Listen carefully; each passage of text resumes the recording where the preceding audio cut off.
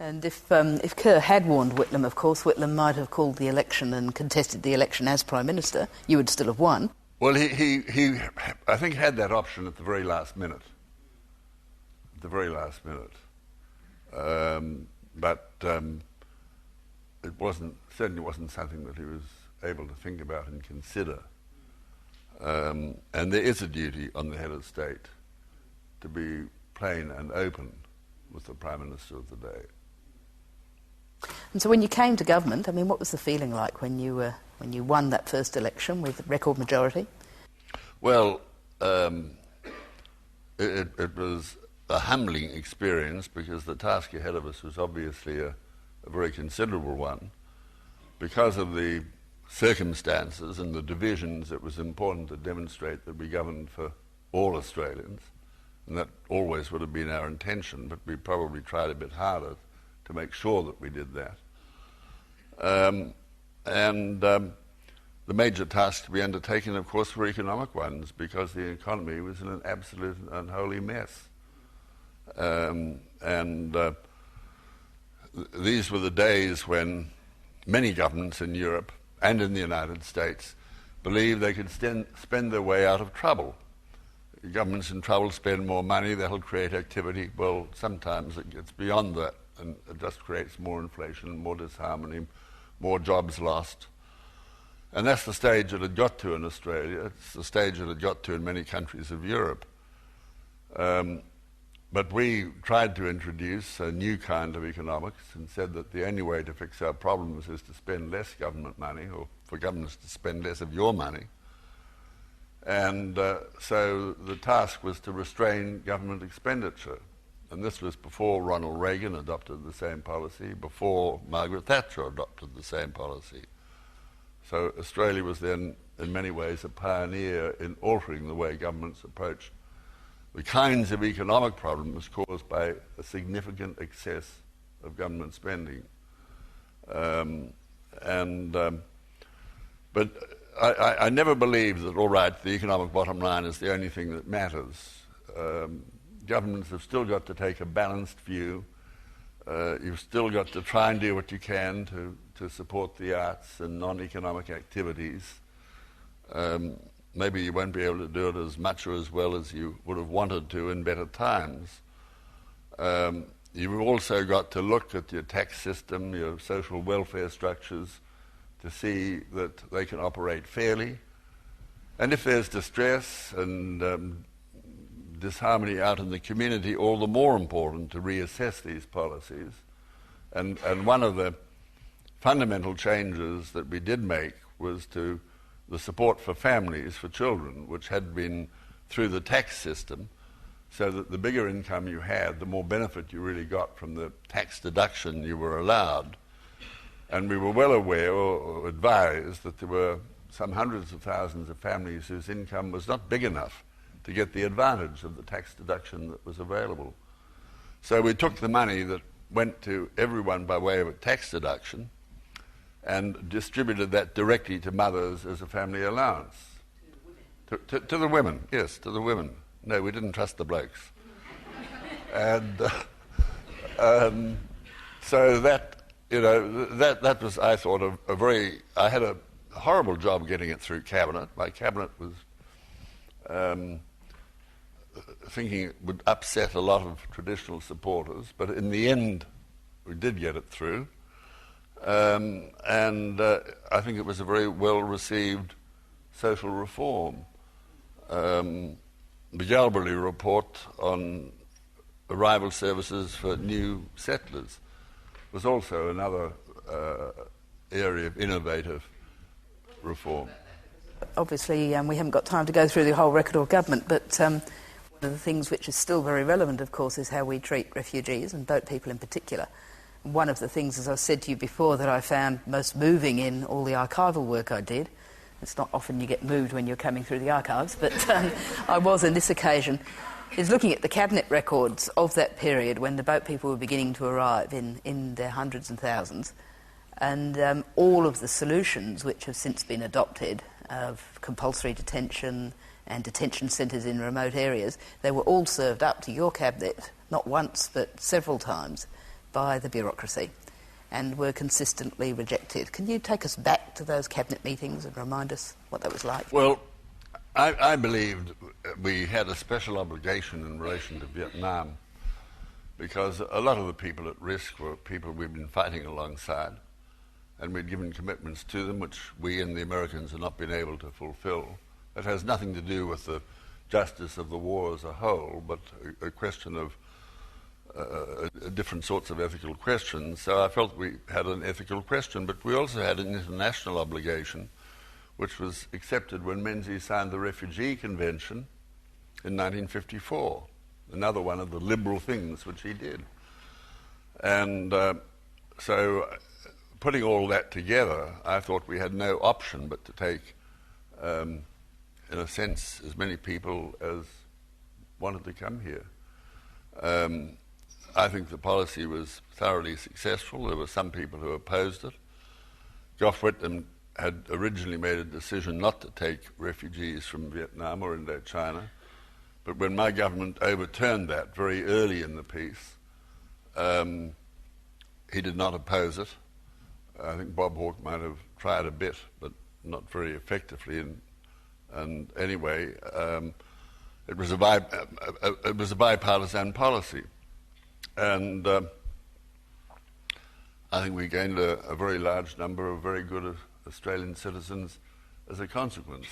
A lot of whom have a sense of thanks or a sense of obligation to Australia, and I know there are many people who came here in those days who feel that they want to put something back into the community at large, and who are doing so. You made Australia an activist and a leader in the battle against apartheid. Well, I believed the Commonwealth of Nations was a useful organisation. It had all sorts of different countries in it. Anyone who had been part of the British Empire was a member of the Commonwealth of Nations. So geography, colour, race, it crossed all the boundaries. And therefore I thought it an organisation of value. If anyone could have an influence in Rhodesia, as it then was, or South Africa, the Commonwealth should have been able to. They were part of the Commonwealth. That was, in one sense, a start point. The other start point, I suppose, was that in terms of just basic justice, I couldn't stomach a situation where a very small number of whites in South Africa wanted to keep total dominance over an overwhelming majority of Africans, of black people. And Thatcher had a different view? She would have an emotional reaction to something, and the emotional reaction was not necessarily her real reaction or her correct reaction. When you engaged her mind and her intellect, 3 or 4 months before the meeting in Lusaka over Rhodesia, she'd been in Australia, and she made a speech which was harking back to earlier times, but that didn't worry me because I'd had a long discussion with her that morning. And she'd recognised a couple of basic principles in relation to Rhodesia. She might have been able to impose a settlement for a while in Rhodesia if she'd shifted her army out of Northern Ireland and put it into Rhodesia, but she didn't want to do that, and she couldn't have done it anyway. So the question of imposing a solution was just ruled out. If you weren't going to try and impose a solution, you had to have a solution that the differing parties were at least prepared to accept. They mightn't all like it. Nobody will get everything they want. But is there something which everyone can accept? And she recognised that as a principle that would have to be followed if the fighting, if the warring, if the killing was to stop. And I believe from that moment she really set about trying to, in her mind, well, how can we stop the killing? How can we get a settlement? How can we achieve a result that the different parties will accept? And that's, in the end, what happened. But that was her intellect engaging the question, not the bullets and ballot boxes and rhetorical speeches. Well, of course, the result of Lusaka and events following that was Robert Mugabe coming to power.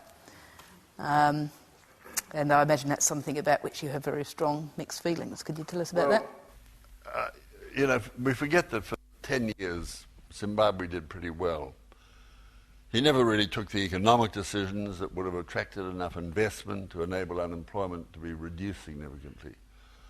Then his wife, who was a Ghanaian, Sally Mugabe, died, and from that point, policies seemed to change dramatically. In the last 10, 20 years have been a disaster, not just for Zimbabwe, but for southern Africa, for South Africa, 3 million refugees. The examples of land policies which are extraordinarily bad, divisive, destructive, which makes it harder for South Africa to conduct sensible land policies and land reform.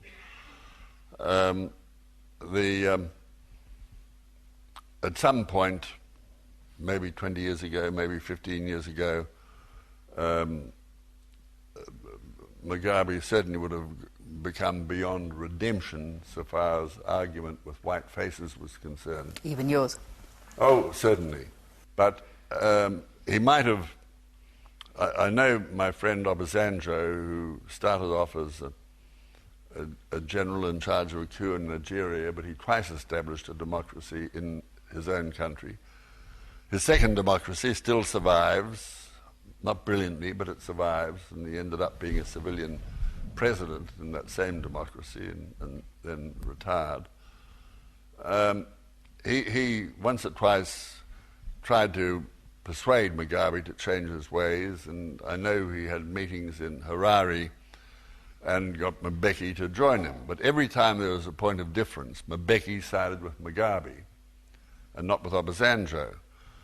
And the fact that African states themselves were the only ones that Mugabe might really have listened to, were not able to exercise an effective influence over Mugabe, is entirely and absolutely the responsible for Thabo Mbeki. Now, there are a lot of theories as to why Mbeki always took that view. He just had an odd view of certain subjects. I don't accept the fact that he just supported Mugabe, because Mugabe was a freedom fighter.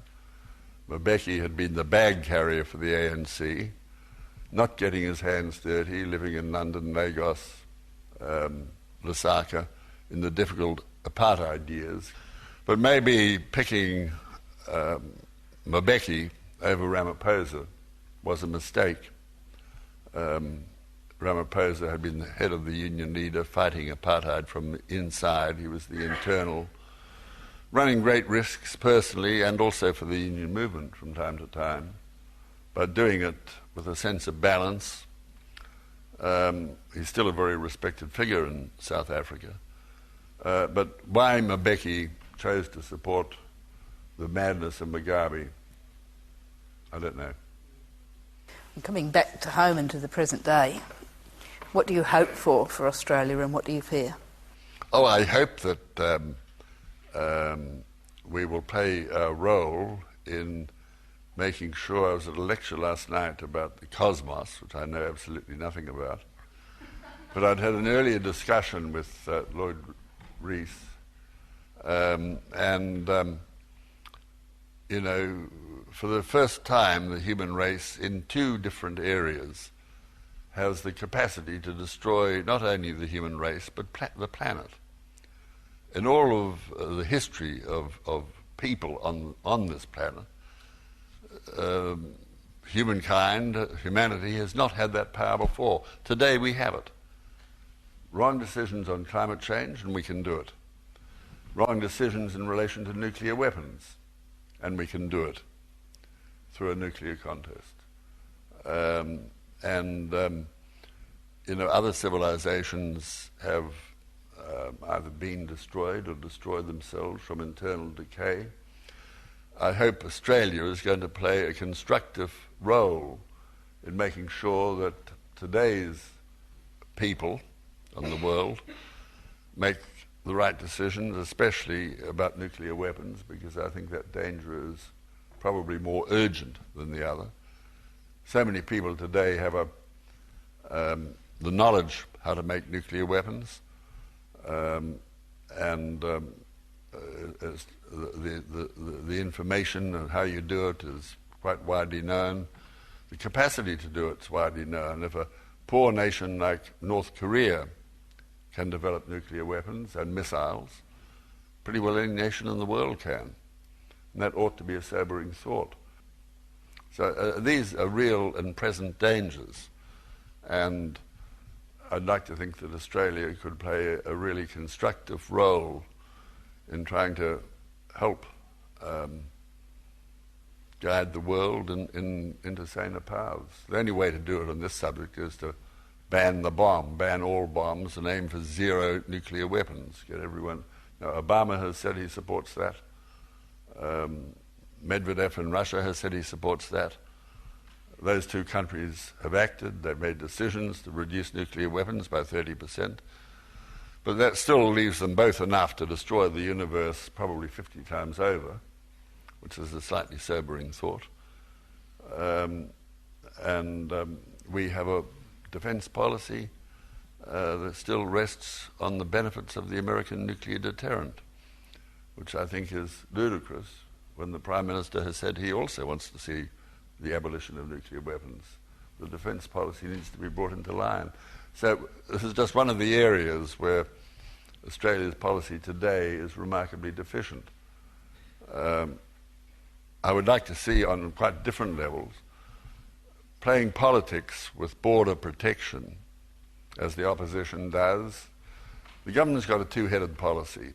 We're more compassionate than Howard was, and to an extent they are. But on the other head of their policy, they say, we're just as tough as Howard was. They can't have it both ways. And the opposition saying you've lost control of the borders is arrant, absolute.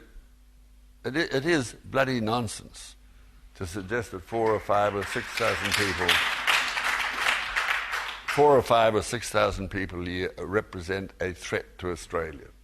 It's not so. So what we desperately need in this area is a government and an opposition that will develop a unified, sensible, compassionate, firm, if you like, policy, but one which they then take outside the realm of politics, which both parties support. Because playing politics with this issue is playing politics with people's lives, playing politics with people very often fleeing the most terrible tyranny or distress. And that's about the most unseemly thing that we could do. And it's something which is noticed right around the world and which just makes people wonder, well, have we really put Tampa behind us? More extreme people might say, have we really put the White Australia policy behind us? I almost feel like going to South Africa or Zimbabwe, organise a boatload of white farmers. I'd sail them into Perth, Fremantle Harbour. The government's not going to trip them back. And that would expose the policy for what it is in one blow. Well, if you do that, Malcolm, it'll have to go into the second edition of the book. But as it is, I think we're out of time. So thanks very much for working with me and for talking tonight. Well,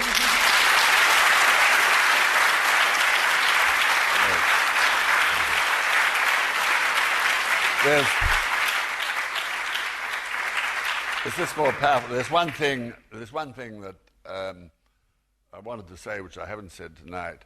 I've said that Margaret's done all the work and she's done all the writing and all of that.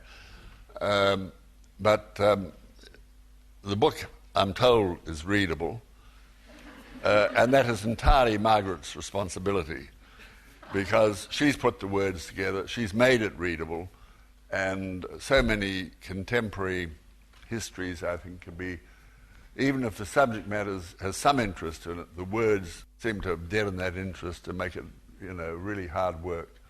Now, from what I've told by other people, Margaret has really succeeded in turning out a readable document of nearly 800 pages. And I think that's a brilliant effort, so thank you, Margaret.